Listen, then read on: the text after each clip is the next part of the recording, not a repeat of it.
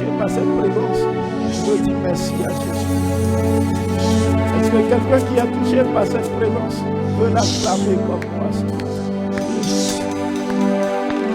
Nous voulons glorifier toi. Parce que une fois encore, tu es au rendez-vous. Tu es au rendez-vous. Ouvre la bouche et dis-lui merci. Ah là là, dis-lui merci pour cette présence restauratrice. Oh,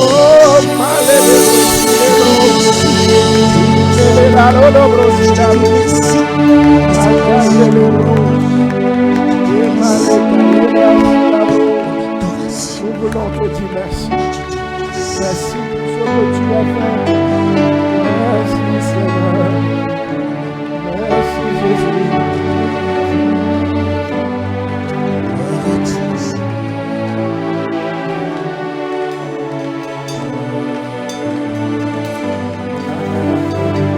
Bénisse.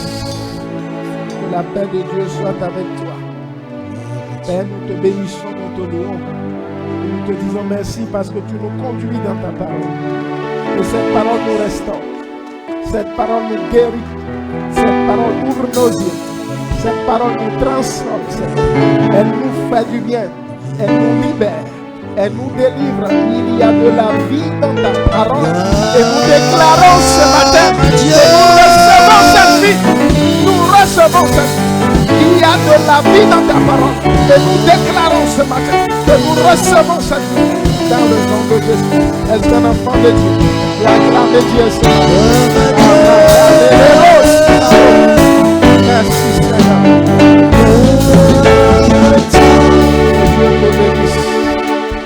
Dieu te bénisse. Je suis très content de te retrouver ce matin.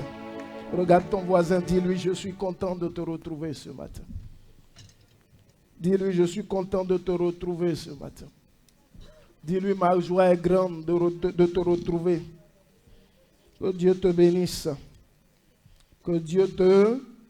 Tu vas prendre Exode 34, verset 3. Rapidement, Exode 34, verset 3. Si tu trouves, tu te tiens debout et ensemble nous allons lire la parole de Dieu.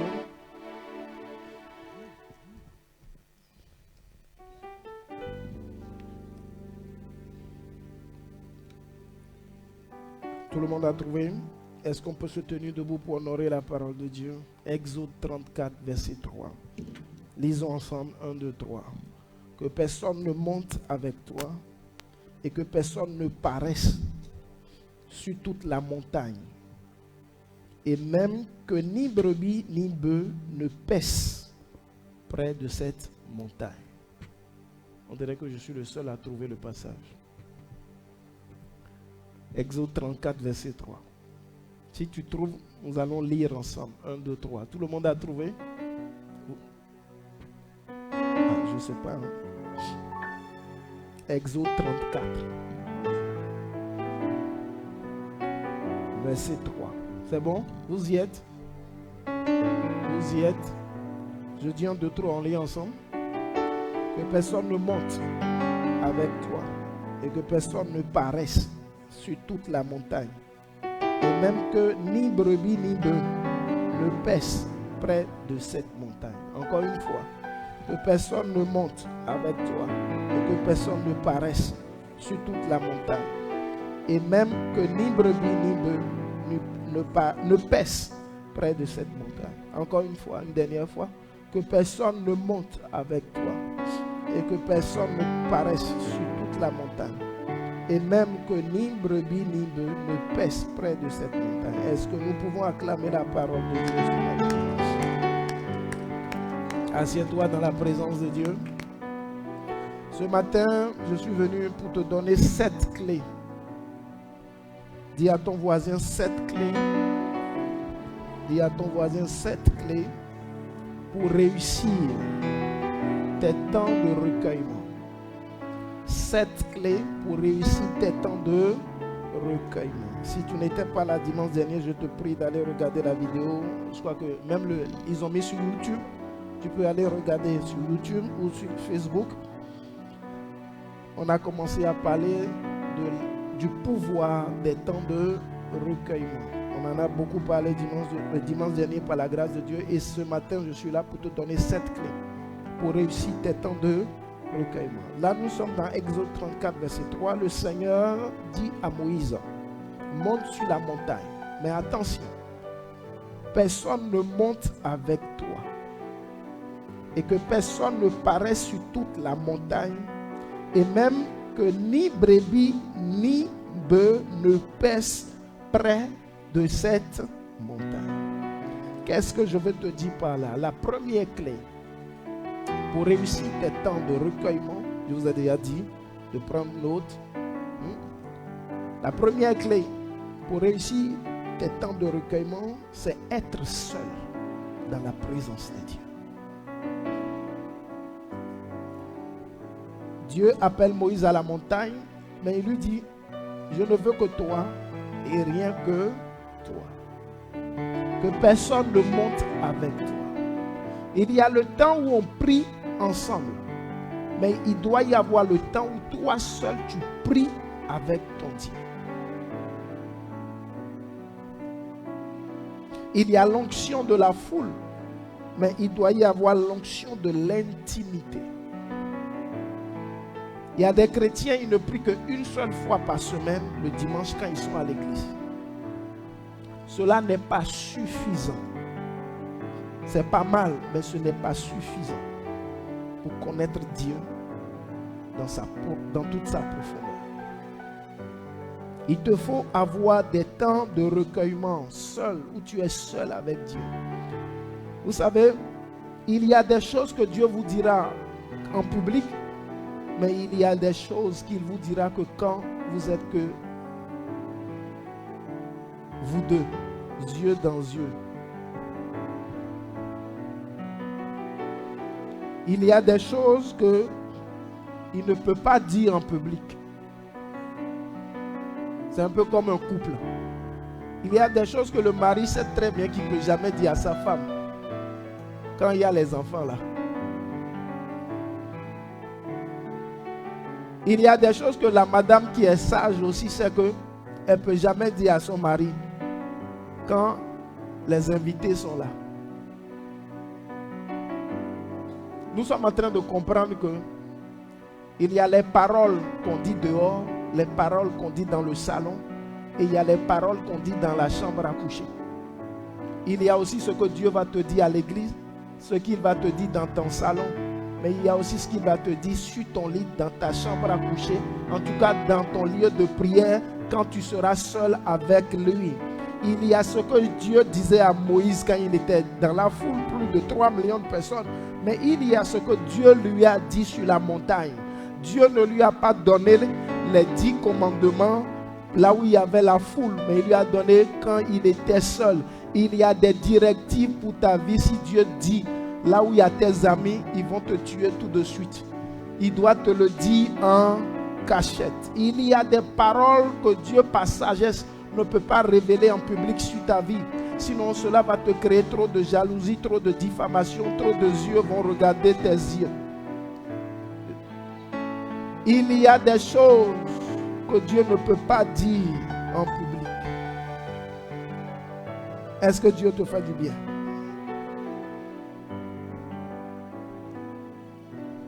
Le Seigneur Jésus dit dans Matthieu 6, verset 6, mais quand tu pries, entre dans ta chambre. Ferme ta porte. Et prie ton Père qui est là dans le lieu secret. Et ton Père qui voit dans le secret te le rendra. Il te le rendra. Le verset dit, quand tu pries, entre dans ta chambre. Le verset n'a jamais dit, entrez dans vos chambres. Ou entrez à plusieurs. Ce n'est pas parce qu'on est mari et femme qu'on est obligé de prier ensemble tout le temps. Vous devez avoir des temps où vous priez ensemble. Mais chacun doit avoir le temps où il prie seul. Les couples doivent forcément prier ensemble. Mais chaque partenaire doit avoir ses temps de recueillement personnel. Parce que l'homme, en tant qu'autorité, en tant que chef de famille, ne peut pas recevoir les mêmes directions que la femme. Et la femme, en tant que mère, ne peut pas recevoir les mêmes directions que le mari. Il y a des paroles, il y a des directions, il y a des recommandations différentes que Dieu vous donnera quand vous serez chacun de manière séparée dans vos temps de recueillement. Maintenant, quand vous serez unis, alors là, quand vous êtes à deux, vous êtes dans la mission. Quand vous êtes à deux, vous êtes dans la mission de réussir le foyer. Alors là, Dieu vous donnera des révélations qui concernent la réussite de la mission. Mais quand vous êtes séparés, il vous donnera des révélations qui concernent vos droits et vos devoirs, concernant vos responsabilités ou concernant vos destinées à chacun. Mais je connais des couples, ils ne prient jamais ensemble. Jamais. Chacun prie dans son côté, hein, mais ils ne prient jamais ensemble. Mais si vous ne priez jamais ensemble, vous n'aurez jamais de victoire dans votre foyer. Si vous ne priez jamais ensemble, l'ennemi sera toujours dans votre salon, assis sur le canapé. C'est lui qui a la télécommande de la maison parce que vous n'êtes pas unis dans la maison. Quelqu'un acclame Dieu ce matin. Dis à ton voisin, je récupère la télécommande de ma télé de la main du diable ce matin dans le nom de Jésus. Dis à quelqu'un, je récupère la télécommande de ma télé de la main de Satan dans le nom de Jésus. Et ce matin, je commence à prier avec mon conjoint dans le nom du Christ Jésus. La Bible dit, là où 2 ou 3 sont assemblés en mon nom, je suis là. Dans le foyer, vous êtes déjà 2. Même s'il n'y a pas d'enfants, vous êtes 2. Pourquoi ne pas prier ensemble? Dans le livre d'Ecclésiaste, la Bible dit quoi? La corde à 3 fils est difficile à rompre. Mais la corde à 1 fil, on peut le casser vite fait, bien fait. C'est pourquoi la nuit, comme tu ne pries pas avec ton conjoint, toi seul tu es frappé sur l'autre côté du lit, pendant qu'elle dort sur l'autre côté, elle n'est pas frappée. Elle n'est pas poursuivie par des moutons. Si vous priez ensemble, personne ne pourra poursuivre qui que ce soit. Parce que vous êtes sur le même matelas, toi tu dors à gauche, l'autre dort à droite. Pourquoi c'est toi qu'on poursuit tous les jours et celui qui est sur le même lit à gauche, on ne poursuit pas? Il y a un problème quelque part. Dis à quelqu'un, il y a un problème quelque part. Il y a un problème quelque part. Parce que le même démon qui vient sur le lit, qui frappe à droite, il a la capacité de frapper à gauche. On dirait que la personne qui n'est pas frappée a une onction spéciale. Tu as besoin de rentrer sous cette couverture. Dis à quelqu'un, rentre sous la couverture rapidement. Dis rapidement, rapidement, rapidement. Est-ce que quelqu'un veut aller reprier avec son conjoint ce matin? Vous savez, il y a des gens qui sont très orgueilleux dans la prière. Très orgueilleux. Non, moi je ne peux pas prier avec toi parce qu'on dirait que toi tu pries mal. Hey, Jésus. Depuis quand toi tu sais bien prier? Depuis quand toi tu as appris à bien prier? Que Dieu nous bénisse ce matin. La deuxième clé, c'est quoi? La deuxième clé pour réussir tes temps de prière, c'est de définir une heure et de respecter cette heure. D'être régulier à cette heure. Et surtout une heure pratique pour ton emploi du temps. Définis une heure qui est pratique pour toi. Ce n'est pas parce que ta copine se lève à 5 heures du matin que toi aussi tu vas te dire, bon, à 5 heures du matin, je vais me lever pour prier. Alors que toi, à 5 heures du matin, tu sais que c'est là où tous tes os sont fermés. À 5 heures du matin, tu sais que c'est là où toi, tu commences à apprécier le sommeil. À 5 heures du matin, tu sais que c'est là où toi, ton sommeil devient très doux. Ça ne sert à rien de dire que toi aussi tu vas te lever pour prier à 5 heures du matin. Tu sais que tu n'es pas efficace à 5 heures du matin. Choisis une heure qui te convient, qui convient à tes responsabilités, qui convient à ton planning et qui convient à ton corps. Prier, ce n'est pas aller recopier ce que ton frère fait. Prier, c'est définir une heure qui convient à ton organisme, à ton emploi du temps, à ton atmosphère. Je prends quelqu'un qui est célibataire. Elle est seule dans son studio. Il n'y a pas mari, il n'y a pas femme, il n'y a pas enfant qui la dérange. Elle peut se lever à 2 heures du matin pour prier. On est d'accord, non? Toi, tu es marié, tu as 4 enfants dans la maison. Et c'est toi maintenant qui veux aussi te lever à 2 heures du matin pour prier. Ah, ok, si les conditions te permettent, ok. Mais si les conditions ne te permettent pas, il faut choisir un moment qui te convient. Est-ce que Dieu parle à quelqu'un ce matin? Je dis, est-ce que le Seigneur parle à quelqu'un? Vous savez, la prière, ce n'est pas une concurrence. On prie Dieu avec le cœur. On ne prie pas Dieu parce qu'on a vu notre voisin faire. On ne prie pas Dieu parce qu'on a entendu que telle personne fait de telle manière. Non. Vous savez, prier aussi là, on n'a pas besoin de crier. Si tu ne cries pas aussi là, Dieu va entendre quand même. Parce que vous savez, les chrétiens sont devenus des dérangeurs de voisins par excellence.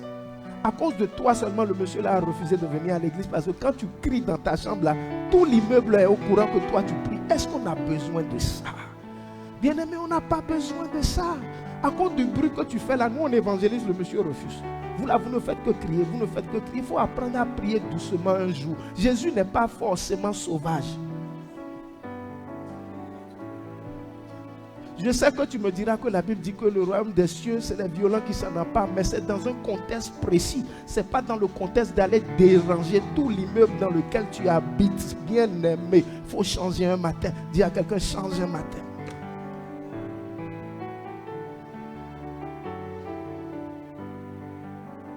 Vous priez, c'est que nous-mêmes qui ne savons pas prier là, on ne peut plus prier parce qu'on est découragé. Parce que quand vous priez là, nous on dit, mais nous là, à quel moment on va arriver comme ça? Seigneur, il faut avoir pitié, miséricorde.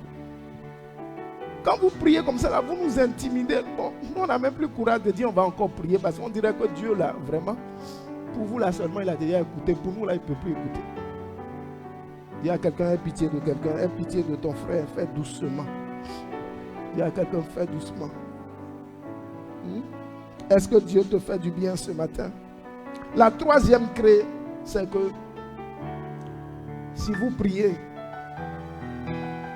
prier sans la présence de Dieu, ça ne sert à rien. Parce que Dieu n'est pas là pour t'entendre. Donc il faut créer une atmosphère. Il faut créer une atmosphère avant de commencer à prier. Tu as vu, avant de commencer à prêcher, j'ai créé une atmosphère avec le groupe musical. Et là, je peux prêcher. Parce que la présence a envahi ces lieux. Quand tu as défini ton temps, tu as choisi un endroit où tu peux être seul pour prier. Quand tu arrives à l'heure précise et tu arrives, tu es seul, on ne commence pas à prier comme ça, Seigneur. Non. On crée une atmosphère. Tu crées une... Vous n'arrivez pas dans la présence de Dieu et vous commencez à bavarder. Bien aimé. La Bible dit que Dieu siège au milieu des louanges et des adorations de son peuple. Donc quand tu arrives, attire la présence de Dieu. Mets une musique d'adoration. Mets une louange. En tout cas, mets une musique qui te dispose et qui te permet d'être connecté à Dieu. Une fois que tu es disposé, connecté, il y a un secret qui ouvre la voie royale. Il y a un secret qui ouvre la porte du ciel. C'est le parler en langue. Une fois que tu as créé l'atmosphère et que ton esprit est disposé, commence à parler en langue. Tu vas voir que tout de suite l'atmosphère change. Tout de suite on dirait qu'il y a une présence. On dirait que quelque chose a changé. Tu commences à sentir que ton roi est là. Tu commences à sentir que celui que ton cœur aime est là. Tu sais que bon, là, je peux parler. Mais quand tu arrives tout de suite, Seigneur, merci. Merci pour la vie que tu m'as donnée. Seigneur, merci. Merci. Ok, bon, Seigneur, j'ai besoin d'un iPhone 15 Pro Max. Toi, quand même, on ne demande pas des choses. Quand même, tu veux demander quelque chose, mais quand même, il faut préparer la personne. Tu veux demander des choses à Dieu, il faut le conditionner, il faut le préparer. Et ça ne sert à rien d'ailleurs de demander iPhone 15 Pro Max, il ne va pas te donner. Tu n'en as pas besoin. Il y en a un déjà qui est dans ta main, qui travaille. Ce n'est pas la peine. Est-ce que Dieu te fait du bien? Dis à quelqu'un, Dieu me fait du bien ce matin. Donc, troisième clé, c'est créer une atmosphère pour attirer la présence de Dieu. Quatrième clé. Une fois que l'atmosphère est créée, la présence de Dieu est là. Tu prends un passage biblique et tu commences à méditer. Tu prends un passage biblique, tu commences à lire, à méditer. Méditer, ça veut dire quoi? Ce que tu as lu, essaye de réfléchir dessus. Essaye de chercher à comprendre. Essaye de prendre un dictionnaire pour comprendre les mots. Fais attention aux ponctuations. Fais attention à tous les détails. C'est ça la méditation. La méditation, ce n'est pas simplement lire comme un roman, non. La méditation, c'est essayer de rentrer dans le contexte de ce que tu viens de lire. Essaye de te projeter. Essaye de faire comme si tu étais là quand l'événement se passait. Essaye de te projeter comme si tu étais là quand la chose se passait. Est-ce que Dieu te fait du bien? Aujourd'hui, maintenant, tout est digital. La Bible est digitale. Tous les jours, on vous envoie le verset du jour. Donc, même si tu es paresseux, fainéant, au moins va lire le verset du jour. Ça là, même là, il y a des gens qui ne font pas. Je ne sais plus ce que Dieu va faire pour nous repêcher. Vraiment, il faut que Dieu ait pitié de nous. Même verset du jour, tu vas ouvrir l'application Bible pour lire verset du jour, là, tu ne peux pas. Donc, qu'est-ce qu'on va encore faire? Est-ce que Dieu te fait du bien? À un moment donné, Dieu veut t'aider, mais il faut que toi aussi, tu puisses laisser Dieu t'aider. Il y a un minimum d'efforts à fournir. Est-ce que Dieu te fait du bien? Une fois que tu as lu ton passage, tu as médité, tu as réfléchi dessus, et bien tu commences à prier. Mais tu commences à prier en prenant appui sur ce que tu viens de lire. Et c'est en cela que je dis souvent aux gens, une prière qui n'a pas de base biblique est nulle, sans effet, inefficace. Tu ne viens pas dans la présence de Dieu. Seigneur, tu sais que ma maman est malade. Oh Seigneur, guéris ma maman, guéris ma maman, guéris ma maman. Toi seul, on dirait que c'est toi seul qui as maman sur cette terre. Seigneur, guéris ma maman, guéris ma... Non. Tu sais que ta maman est malade, mais tu suis la démarche. Tu es venu à l'heure, tu es seul, tu es dans ta chambre, dans ton lieu secret. Tu as mis l'atmosphère, ton cœur brûle, tu as envie de vite parler. Mais tu dis, attends, il faut que je mette les conditions. Il faut que le monsieur là, il se sente à l'aise. Il faut que je le prépare avant de lui parler. Tu prends un passage, tu lis. Et comme par hasard, le Saint-Esprit te conduit dans un passage où on parle de guérison. Alors là, tu es sauvé. Je dis, tu es sauvé. Tu dis, Seigneur, ta parole dit que tu es le Dieu qui guérit. Souviens-toi de ma maman. Comme tout de suite, tu la bases de la parole, tu envoies la prière. Parce que le Saint-Esprit t'a dirigé sur un passage qui parle de guérison. Tu dis, Seigneur, ce n'est pas moi qui ai dit, mais c'est ta parole. Et la Bible dit que tu n'es pas un homme pour mentir, ni le fils de l'homme pour te répondre. Alors, je te prends sur la base de ta parole.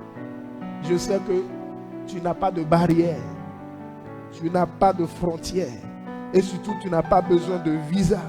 Alors que ta parole aille toucher ma main là où elle se trouve dans le puissant nom de Jésus. Ouais, je viens de prier en prenant appui sur un verset. Dieu ne peut pas refuser sa parole. Est-ce que Dieu te fait du bien?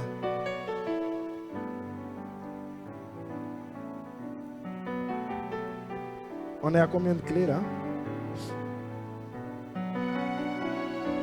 Et je vous ai promis combien de clés? On dirait que les clés là sont perdues.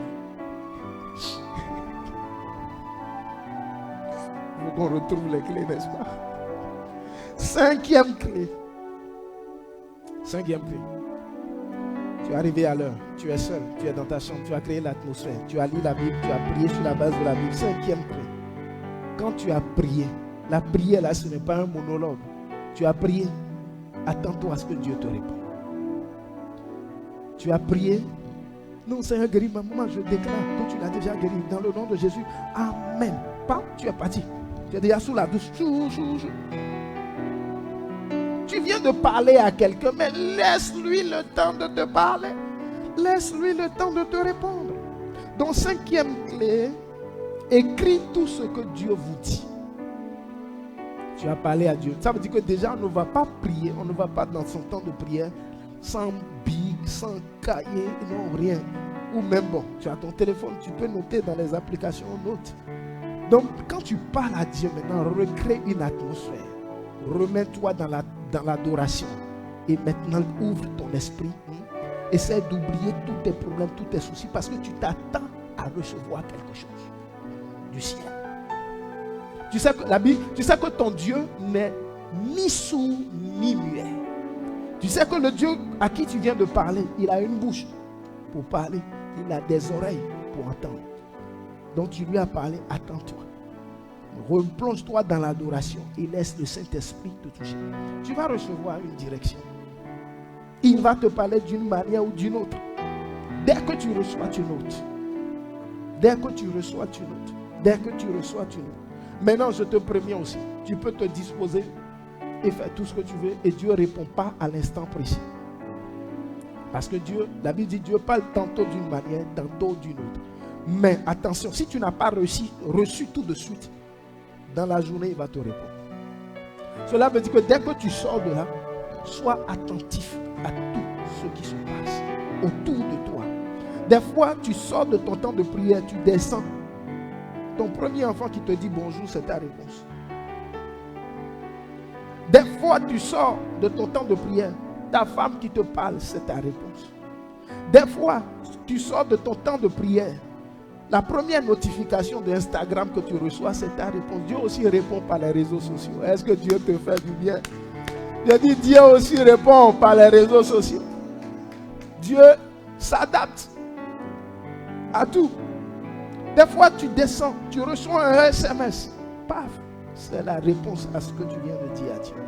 Cela veut dire que quand nous prions Dieu aussi, nous devons être disposés, attentifs à tout ce qui se passe autour de nous. Des fois, tu as prié, tu t'es disposé, tu n'as rien entendu. Pourtant, tu es parti, tu t'es lavé. Tu rentres dans le bus, paf, le conducteur du bus, c'est lui qui est ta réponse. Donc, soyons très attentifs. Sixième clé.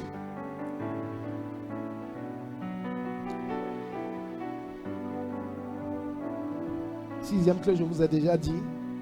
Prier et prendre le temps d'écouter le Saint-Esprit. Sixième clé. Prier et prendre le temps d'écouter le Saint-Esprit. Et maintenant, nous sommes à la dernière clé. Et pour moi, c'est la chose capitale.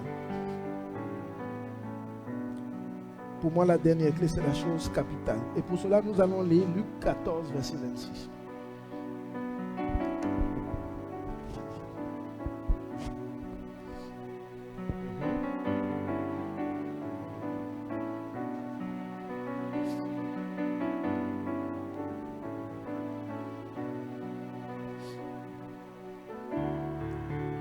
Si quelqu'un vient à moi, s'il ne hait pas son père, sa mère, sa femme, ses enfants, ses frères et ses sœurs, et même sa propre vie, il ne peut être mon disciple. Est-ce que tout le monde a trouvé? On va faire comme tout à l'heure, on va se tenir debout, on va lire ensemble. S'il vous plaît.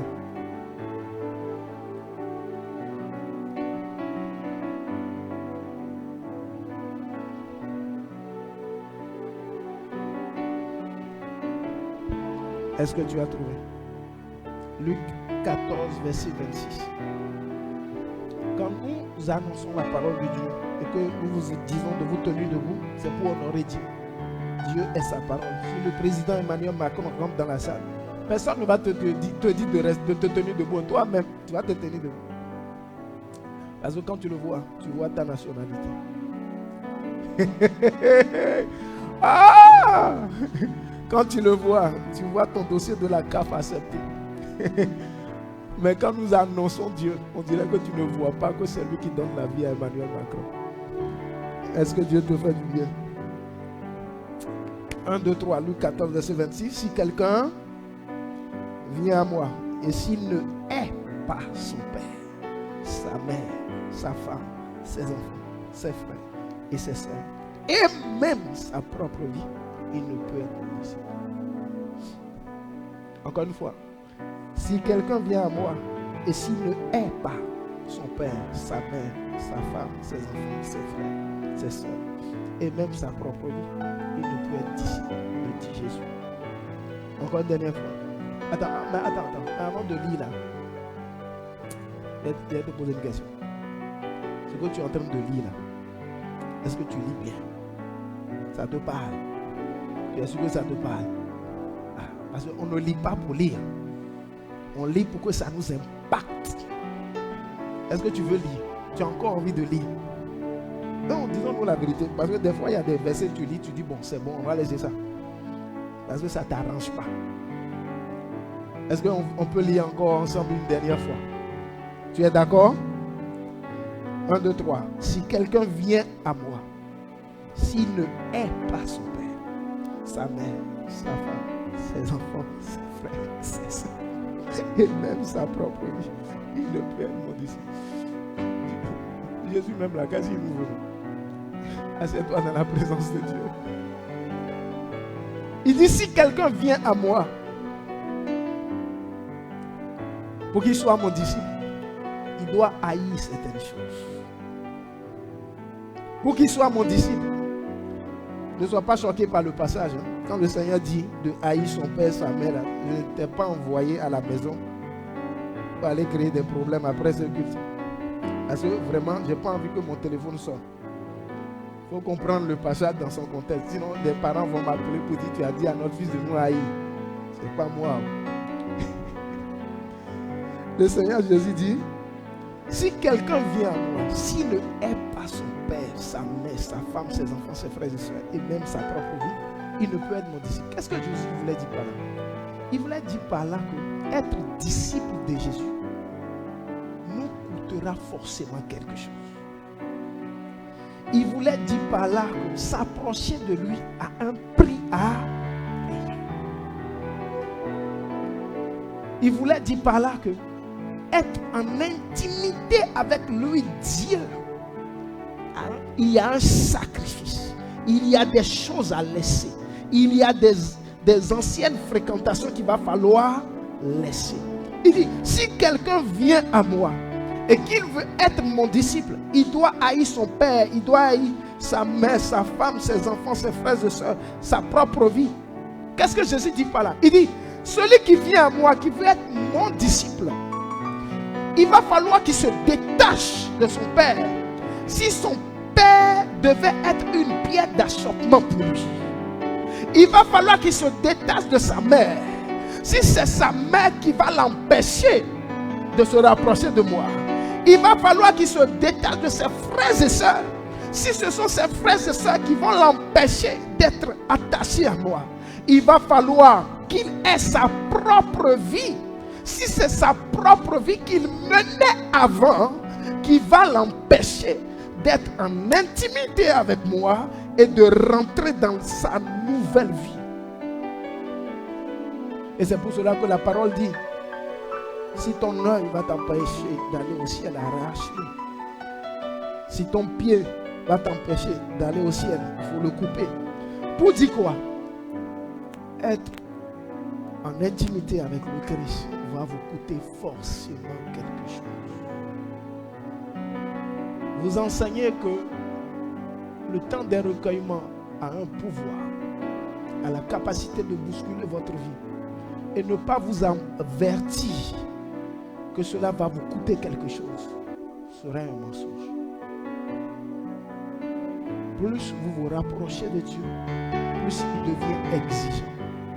Plus vous vous rapprochez de Dieu, plus il vous demande de laisser des choses. Plus vous vous approchez de Dieu, plus il augmente le niveau d'exigence. Il augmente le niveau de consécration. Vous savez, si vous voulez savoir si votre degré d'intimité avec Dieu est très profond, regardez à comment votre entourage vous traite. Si les gens qui vous entourent vous comprennent, c'est qu'il y a un problème. Mais quand les gens qui vous entourent commencent à vous prendre pour un fou, quand les gens qui vous entourent commencent à vous prendre pour un malade, cela veut dire que dans le ciel, vous commencez à grandir.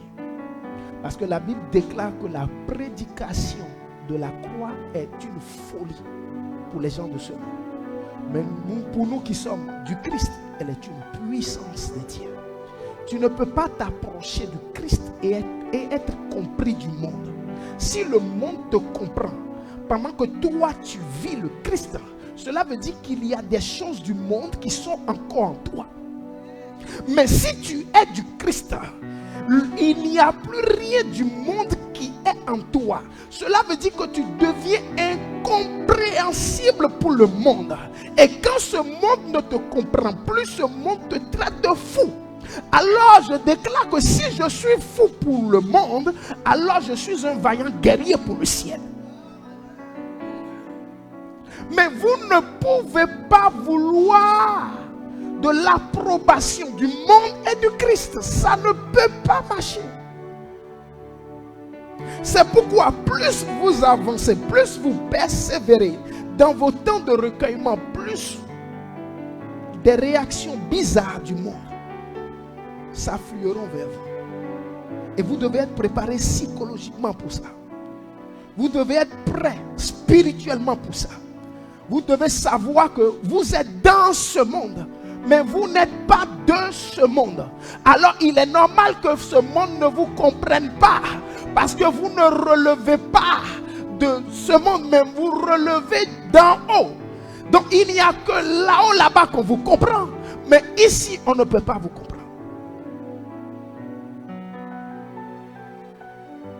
Cela doit vous coûter quelque chose. Si cela ne vous coûte rien, c'est qu'il y a un problème. Jésus, même pour s'approcher du Père, pour avoir le nom le plus élevé, cela lui a coûté le chemin de la croix. Dieu va vous demander des choses inimaginables. Il va vous demander des choses terribles. À un moment donné, vous avez l'impression que ce Dieu-là cherche à vous torturer. Je ne sais pas si vous comprenez. Je ne sais pas si quelqu'un a déjà traversé ça. À un moment donné, tu te dis, mais on dirait qu'il prend plaisir à ma torture. On dirait que plus j'ai mal, plus il est content. Parce qu'il sait la vis. C'est la vis. C'est la vis. C'est la vis. Et tu cries, tu dis, papa, j'ai mal. Il dit, je m'en fous.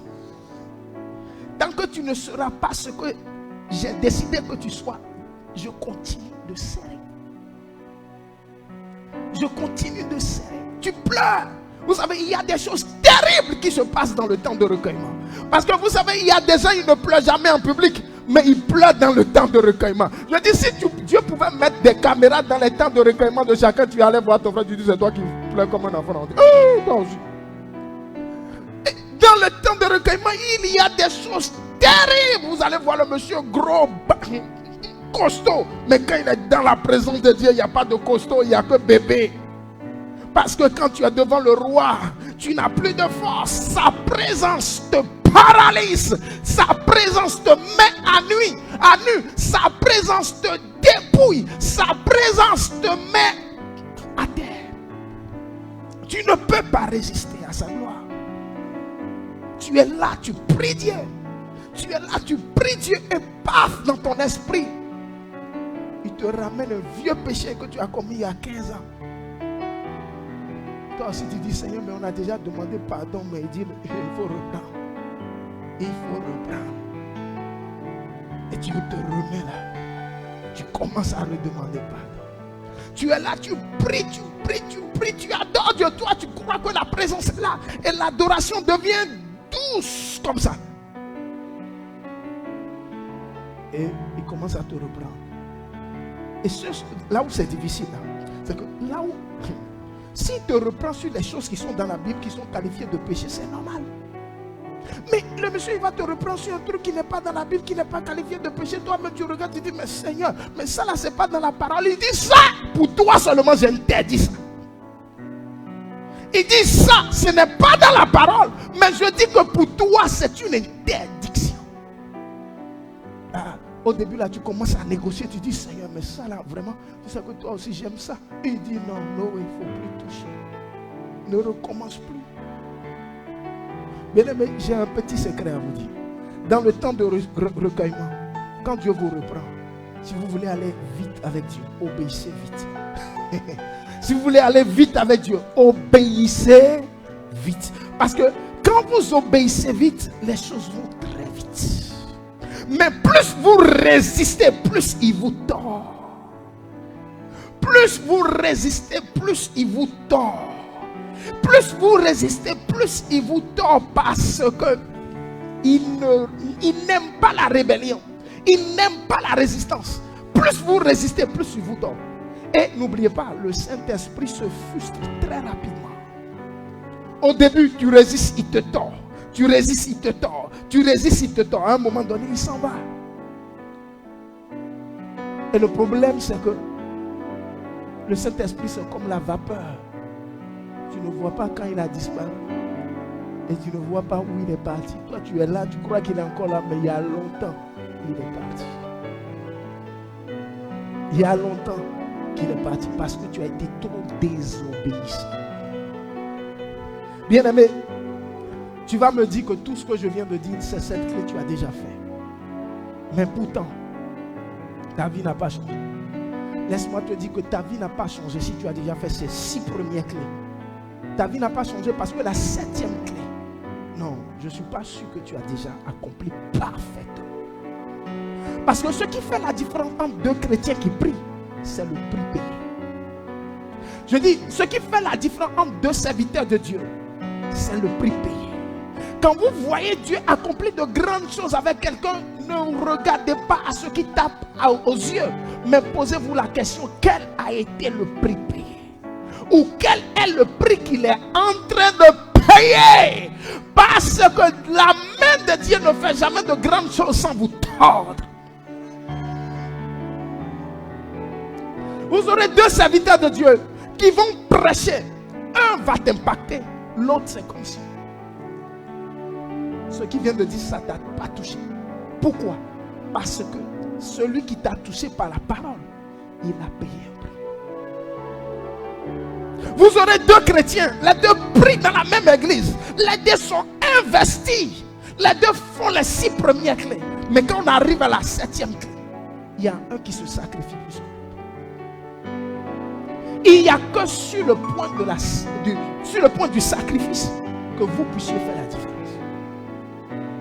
Il n'y a que sur le point du sacrifice que vous puissiez faire la différence. Sinon tout le monde prie. Laisse-moi te dire, tout le monde prie. Tu n'es pas le premier, tu ne seras pas le dernier à prier. Oh malacalabre. Je dis tout le monde prie. Mais tout le monde n'a pas le même résultat. Parce que nous ne payons pas le même prix. Il y a des choses que Dieu te demande que tu résistes. Et moi quand il me demande, je fais. Il y a des choses que Dieu te demande. Tu réfléchis pendant 30 minutes avant de dire oui. Mais si tu prends le frère Dupont, lui il ne réfléchit pas. Parce qu'il sait que Dieu c'est son maître. Ce qu'il dit là c'est oui et amen. C'est là la différence. Pendant que toi tu es en train de réfléchir, oh Seigneur, j'ai mon projet, mais ce que tu dis là, ça ne rentre pas dans mon projet. La sœur Roselyne, elle sait très bien qu'elle a son projet, mais Dieu lui a dit de faire ça. Il dit, Seigneur, ce que tu viens de dire, c'est oui et amen. Je laisse mon projet de côté et j'embrasse ton projet. C'est ça la différence. Sinon tout le monde prie, tout le monde jeûne et tout le monde adore Dieu. Mais la différence, c'est sur le sacrifice. La différence est sur le sacrifice. Je prends un exemple banal. Tu pries, tu jeûnes, tu adores Dieu. Mais tu arrives à l'église à 11h30. Mais il y a d'autres qui vont à l'église à 7h du matin. C'est la différence. C'est la différence. Je dis à quelqu'un, c'est la différence. Quelqu'un va me dire, non, je donne ma dîme, mes offrandes, je fais tout.